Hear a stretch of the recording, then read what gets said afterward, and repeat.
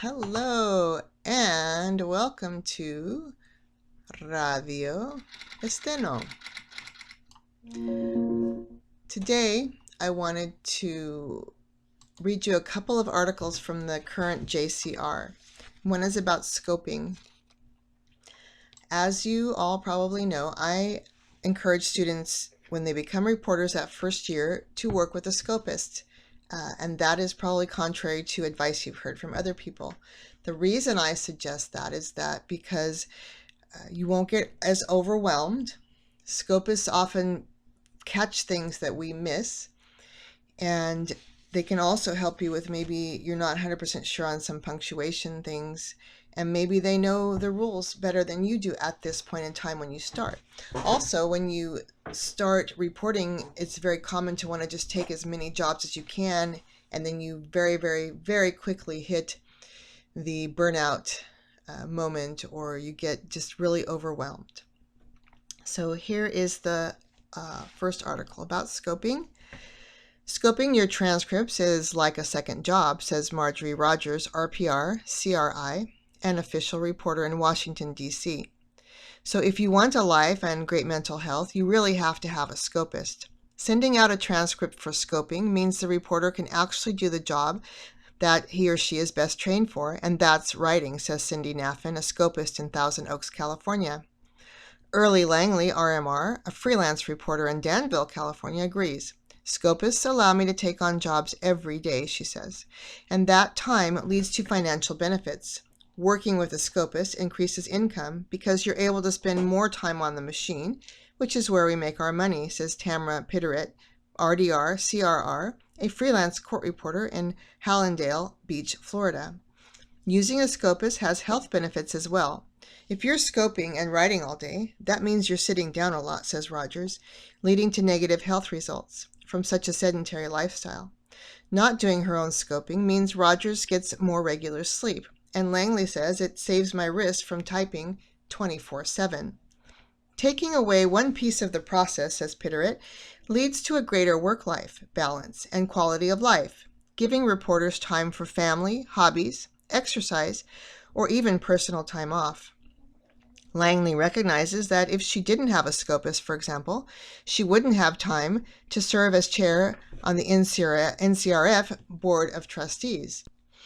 It's crucial to realize, however, that working with a scopist is not an inalienable right, says Debbie Smolinski, a scopist in Hoffman Estates, Illinois, described it. Smolinski, along with scopist Brenda Rogers-Fiskus in Hammond, Indiana, and proofreader Beverly Thomas in Mississippi, formed the team behind Transcript Brigade.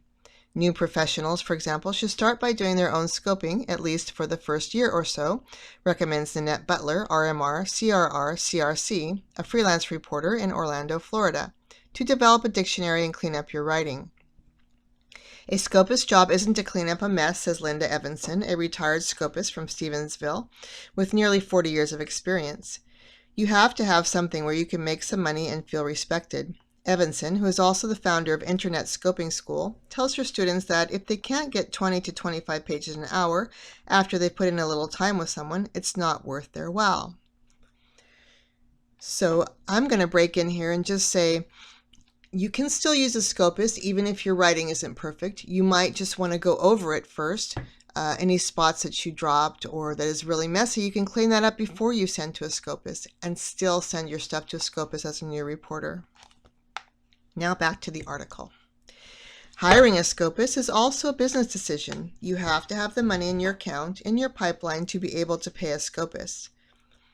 Having a business mindset can help a reporter justify having a scopist, however. You have to have a support team, says Rogers, because being a reporter is like running your own business. Scopists may become more necessary for reporters as they take on more virtual work prompted by the pandemic, and as attorneys expect rough drafts to be cleaner and submitted sooner.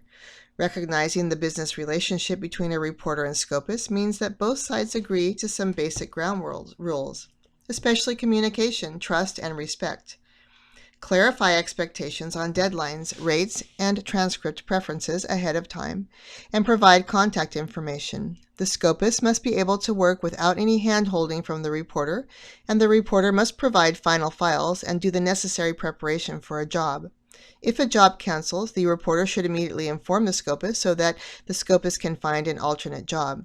Working with a scopist pushes some reporters to also be more on top of their game. You have to speak up if you didn't hear something. Your scopist is not going to hear it, says Rogers. Some scopists will suggest dictionary briefs to help the reporter write cleaner in the future.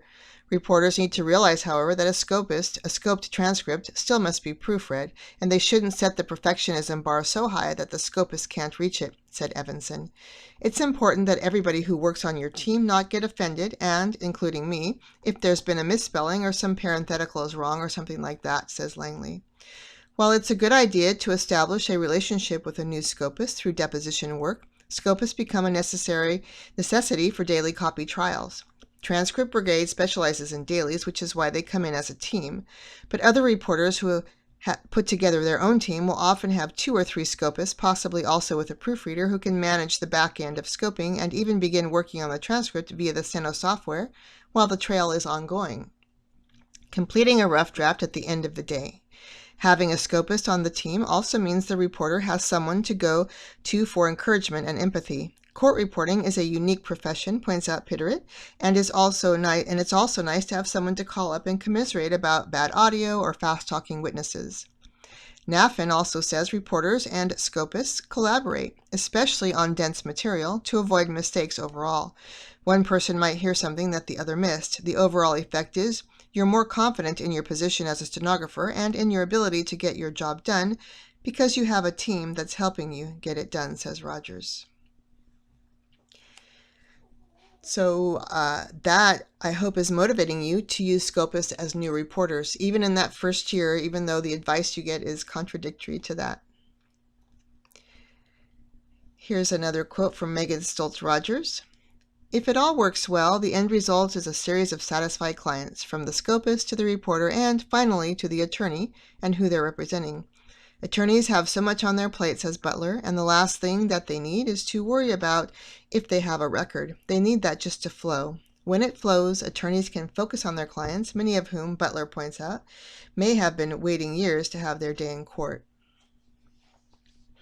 All right, and the other little short article I wanted to share with you is also about scoping, and here goes. A scopist may want information about a reporter's grammar and style preferences ahead of time, may note them as they go, or may have their own guidelines to follow. These include preferences on capitalization, punctuation, spellings, etc. It helps to know if reporters want every single word or not, says Luann Scaife, a scopist in Sparta, Wisconsin, noting this preference may come from the attorney. It also helps to know what their formatting is and their preferences in paragraphing and speakers and such.